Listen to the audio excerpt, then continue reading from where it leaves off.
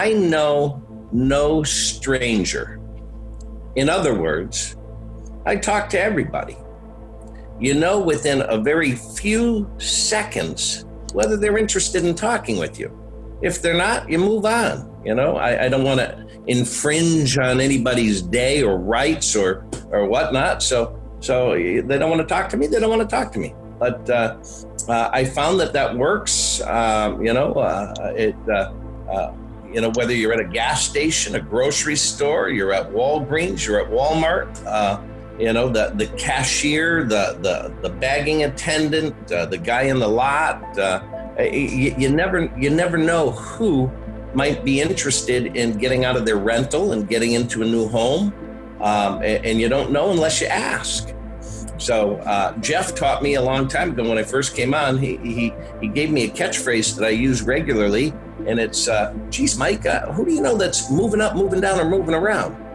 And I normally get, what? Well, who do you know that's interested in buying or selling real estate? It works. It starts a conversation. Yeah. What do you see people making big mistakes on that they don't really see? Like, why do some people make it and some people don't? What do you think is the big difference? I've heard some people where they just don't stop and listen and get everything that the buyer or the seller needs, and they talk over them. That's one. The other one is, which really irks me, is a lot of agents are not careful and cautious on how they're doing their MLS data sheets. So for someone else, it's difficult because you think you're going and getting the right thing and you're going to show the right thing, but then there's something there that should have been on the MLS, but it's not. So you waste not only my time, but the client's time. The big thing is just you need to listen to your clients. It's a big factor. And what I've really appreciated watching evolutions from you on this one, because I think if you look back to even 2 years ago, right, you split the time from 2 years ago to today, I think you being able to hit that neutral button, right, and actually listen to clients is unbelievable difference. So now it's become a sport to you. I think it really has. And you're like, okay, let me see what I'm about to deal with. Let me hit pause. Let me see their energy. What kind of personality style? What kind of language are they using? Are they visual, auditory, kinesthetic? You make any notes, and then boom, you just kind of just slide right into their world. And it's really fun to watch that connection happen. But do you see that happening with you? How would you explain that? I'm just more calm, and I don't get ruffled too quickly. And I know things don't always go the right way, and so I just sit back and roll with the punches. Just take the roller coaster ride and make the best of each dip and every up and every turn. I decided that moment that I was gonna own, or not own, but infiltrate the luxury market. Because if I wanted to make more money and not work harder, I needed to have more friends with $1 million homes. so basically what happened then is that 2014, I moved into my new home in 2013. In 2014, I decided, you know what, this is what I'm gonna focus on. And I think my first $1 million listing was first $1 million listing, my first connection to $1 million listing, because it took 3 years of following up and being after them to get it. And then I didn't sell it until like 2 years later. I think it was 2015. And then it started, from them, 2016, 2017. And so every year I do a little bit more higher transactions or higher dollar amounts of homes. Yep. But my main butter was always at 200 to 300,000 because that's where I came from. So I had to learn and, slowly graduate to the $1 million to, infiltrate that market. And those don't come easy. They don't sell as fast as the $200 or $200,000. They sell, sometimes they take a year because not a lot of people can afford $1 million homes, right?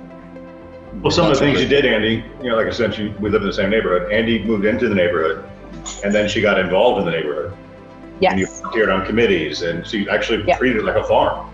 I became I went to my first meeting, my first community HOA meeting.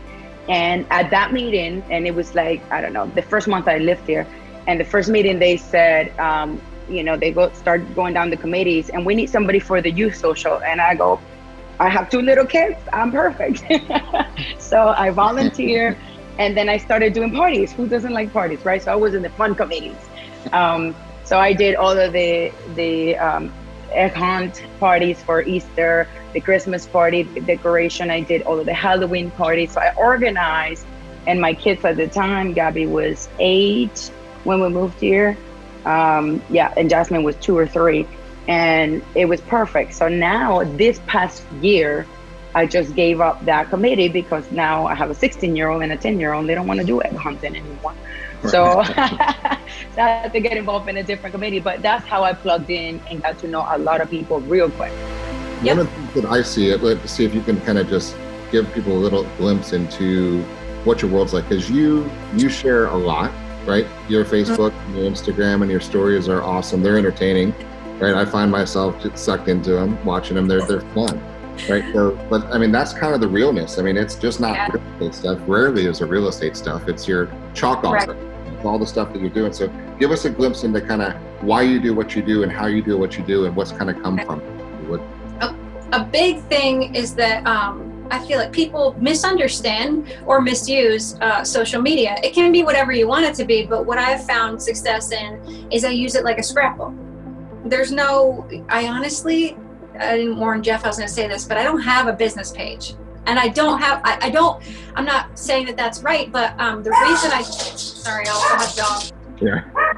And it's the Chihuahua that's the worst. The reason I don't have a business page is because I use what has been successful for me is just using my personal page as a scrapbook. So people have been there for me through divorce, through being a single mom, the struggles there, the joy in meeting my now husband, and the family come together. They've been through deaths. They've celebrated, everything, because we like to celebrate everything in this life. But so they've really gone through everything with me. And my biggest thing that I want people to know is just to be genuine. It is you are a little vulnerable, and there's times when people might attack you for whatever reason, but when do they not?